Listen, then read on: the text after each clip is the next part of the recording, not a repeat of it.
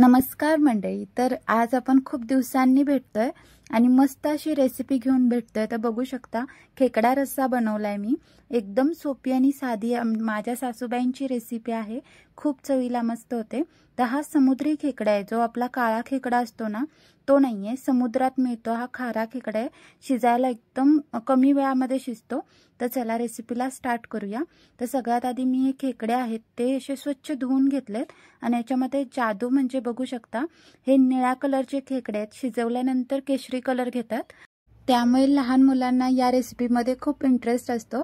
नक्की एकदा जर भेटले अवेलेबल झाले तर ही रेसिपी करून बघा। तर असे मोठ्या नांग्याचे असतात हे खेकडे, म्हणजे जो पेंदा असतो मधला त्याचे मी 2 भाग करून घेतलेत।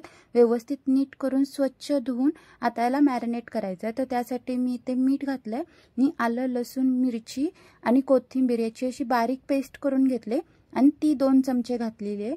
आपण जेव्हा पेस्ट आणि म्हणजे मीठ हळद लावतो तेव्हा एकदम हात सांभाळून लावायचं, कारण हे जे खेकड्याचे नांगे असतात त्याला बऱ्यापैकी असे काटे असतात, तर ते आपल्या हाताला लागू शकतात। त्यामुळे आपल्याला एकदम हात सांभाळून लावायचे।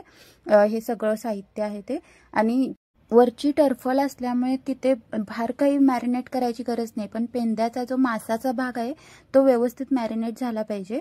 तर आता मी इथे खडे मसाले घेतले, जायफळ जायपत्री, जे चक्रफूल असतं ते अगदी जरासं घेतलंय, दालचिनीचा एकदम छोटा तुकडा, दगडफुली अगदी जरासं, आणि लवंग आणि मिरी आहे ती जास्त प्रमाणात घ्यायची।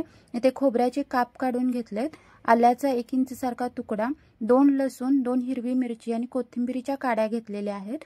हे जे खोबऱ्याचे काप काढून घेतलेत ते असे मी मिक्सरमधून फिरवून घेतलेत, ज्यामध्ये पेस्ट केली होती ना त्याच मिक्सरच्या भांड्यामध्ये मी ते फिरवून घेतलेत, मध्ये छान असे भाजले जातात। आता एक लोखंडाचा किंवा असा भिडाचा तवा घ्यायचा, त्याच्यावरती हे वाटण भाजायचं, खूप छान चव येते। अगदी 2 थेंब सारखं तेल घालून त्याच्यामध्ये बारीक चिरलेला एक मीडियम आकाराचा कांदा आहे तो घातलाय मी, म्हणजे आपण ही वाटणाची तयारी करतोय। कांदा हलका परतून घेतला की जायफळ आहे ते अगदी जरासं त्याच्यामध्ये किसायचंय, खूप जास्त नाही, पण जायफळचा फ्लेवर आहे तो छान येतो। नंतर बाकीचे उरलेले खडे मसाले घालायचे, ते 30 सेकंद सारखे परतून घेतले की मिरची, आलं आणि कोथिंबीरीच्या ज्या काड्या आहेत त्या याच्यामध्ये घालायचे, त्याही अशा परतून घ्यायच्या 1 मिनिटभर, आणि मग जे आपण खोबरं वाटून घेतलं होतं म्हणजे बारीक करून घेतलं होतं ते याच्यामध्ये घालायचंय।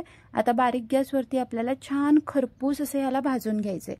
या वाटणासाठी आपण खोबरं आहे ते ओलं वापरतो, तर ओलं खोबरं भाजायला थोडा वेळ लागतो सुक्या खोबऱ्याच्या तुलनेत, तर एक 7 ते 8 मिनिटं लागतात हे वाटण भाजायला। पण असं खरपूस होईपर्यंत, काळं होईपर्यंत भाजायचं, म्हणजे रस्सा आहे तो काळपट होतो आणि चवीलाही छान लागतो। वाटण आहे ते मी असं पसरवून ठेवलंय प्लेटमध्ये, तोपर्यंत आपण फोडणी देऊन घेऊया। एका खोलगट भांड्यामध्ये मी 2 पळीसारखं तेल घेतलंय, त्याच्यामध्ये बारीक चिरलेला खूप सारा कांदा आहे तो व्यवस्थित परतून घ्यायचा। पांढरे तीळ थोडे घालायचे, तुम्हाला हवं तर तुम्ही पांढरे तीळ वाटणामध्ये घातलात ना तरी चालेल। अर्धा चमचा इथे मी हळद घातले आणि गरम मसाला वापरायचा, तुम्ही जो घरामध्ये तयार करून ठेवता किंवा कोणत्याही ब्रँडचा गरम मसाला आहे तर तुमच्या आवडीनुसार 3 ते 4 चमचे याच्यामध्ये घालायचे, याने खूप छान चव येते वाटणाला। आता आपण जे धुवून मॅरिनेट करून ठेवलेले पीस होते खेकड्याचे ते याच्यामध्ये घालायचे आणि अगदी हळूवारपणे याला परतून घ्यायचंय। गॅस आहे तो बारीकच ठेवायचा, नाही तर मसाला आहे तो जळण्याची शक्यता असते। सगळ्या बाजूनी व्यवस्थित परतून घ्यायचं। बघू शकता सगळे जे नांगे आहेत किंवा पेंदे आहेत त्याला तो मसाला व्यवस्थित लागला गेला पाहिजे। 2 ते 3 मिनिट एकसारखं परतत आपल्याला याला भाजून घ्यायचंय आणि मग याच्यामध्ये पाणी ओतायचंय। आधी लगेचच पाणी ओतायचं नाही, नाहीतर मग ते खेकड्याचा एक विशिष्ट वास असतो तो रश्शामध्ये येतो, त्यामुळे व्यवस्थित 2 ते 3 मिनिट छान परतून घ्यायचे आणि मग गरम पाणी याच्यामध्ये घालायचं आहे। जेवढा रस्सा तुम्हाला हवा आहे त्यानुसार याच्यामध्ये पाण्याचं प्रमाण तुम्ही घालू शकता।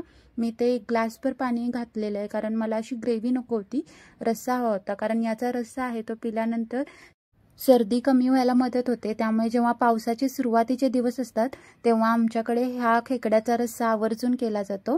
छान असं मिक्स करून घ्यायचं आणि झाकण ठेवून आपल्याला याला शिजवून घ्यायचं आहे। आतलं मांस एकदम परफेक्ट शिजलं गेलं पाहिजे, त्यासाठी आपल्याला झाकण ठेवून बारीक गॅसवरती किंवा मीडियम गॅसवरती शिजवून द्यायचं आहे। जसं आपण त्याला शिजवू तसा त्याचा डार्क केशरी कलर होत जातो, आणि शिजले हे कसं ओळखायचं हेही मी तुम्हाला पुढे सांगेन। तोपर्यंत वाटण आहे ते मी अगदी बारीक असं लागेल तसं पाणी घालून वाटून घेतलेलं आहे। सोबतच जी कोकम असतात ज्याला आमसुली म्हटलं जातं ती घेतलेली आहेत मी 7-8 आणि त्याचे असे बारीक बारीक पीस तुकडे असे करून घ्यायचे, म्हणजे त्याचा आंबटपणा आहे तो ग्रेव्हीमध्ये किंवा रश्श्यामध्ये छान उतरतो।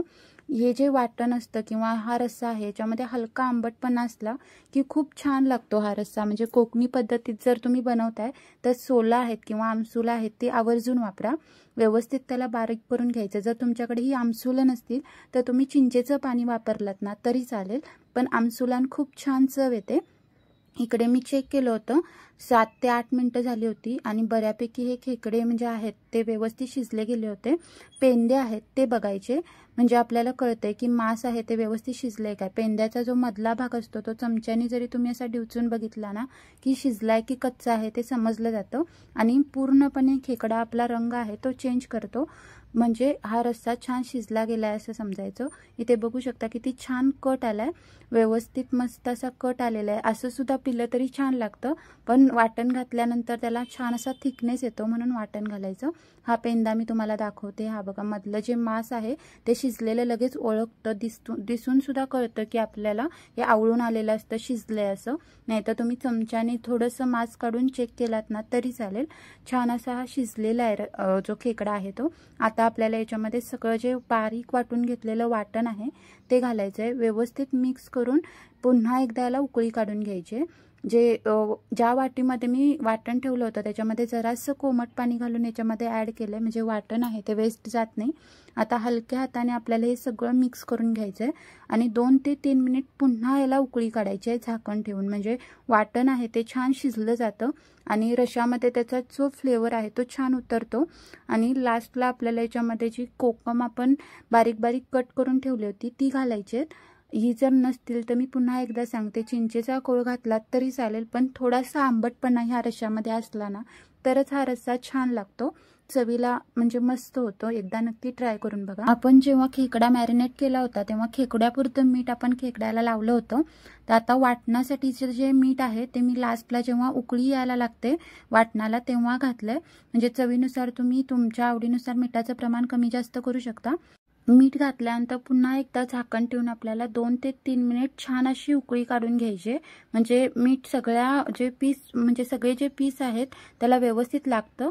आणि लास्टला कोथिंबीरीने गार्निश करायचं आणि आपला हा मस्त असा रस्सा तयार झालेला आहे। एकदा ह्या रेसिपीने करून बघा, तुम्हाला नक्की आवडेल। म्हणजे कोकणामधून जर कोण व्हिडिओ बघत असेल तर त्याला ही रेसिपी नक्की माहिती असणार। हा रस्सा आहे तो पिऊन, म्हणजे जेव्हा आपण पिऊन खातो तेव्हा सर्दी वगैरे झालेली असली तर आपली सर्दी कमी व्हायला मदत होते, त्यामुळे पावसाच्या सुरुवातीला हा रस्सा कोकणामध्ये आवर्जून केला जातो। नक्की ट्राय करा तुम्ही। आणि आजची रेसिपी तुम्हाला आवडली तर रेसिपीला लाईक करा, शेअर करा, चॅनलला सबस्क्राईब करा, बेल आयकॉन दाबा, म्हणजे अशाच नवनवीन रेसिपीचे नोटिफिकेशन आहेत ते सर्वात आधी तुमच्यापर्यंत पोहोचतील। आणि अशाच नवनवीन रेसिपींसोबत आपण पुन्हा भेटू। रेसिपी बघितल्याबद्दल धन्यवाद, बाय बाय।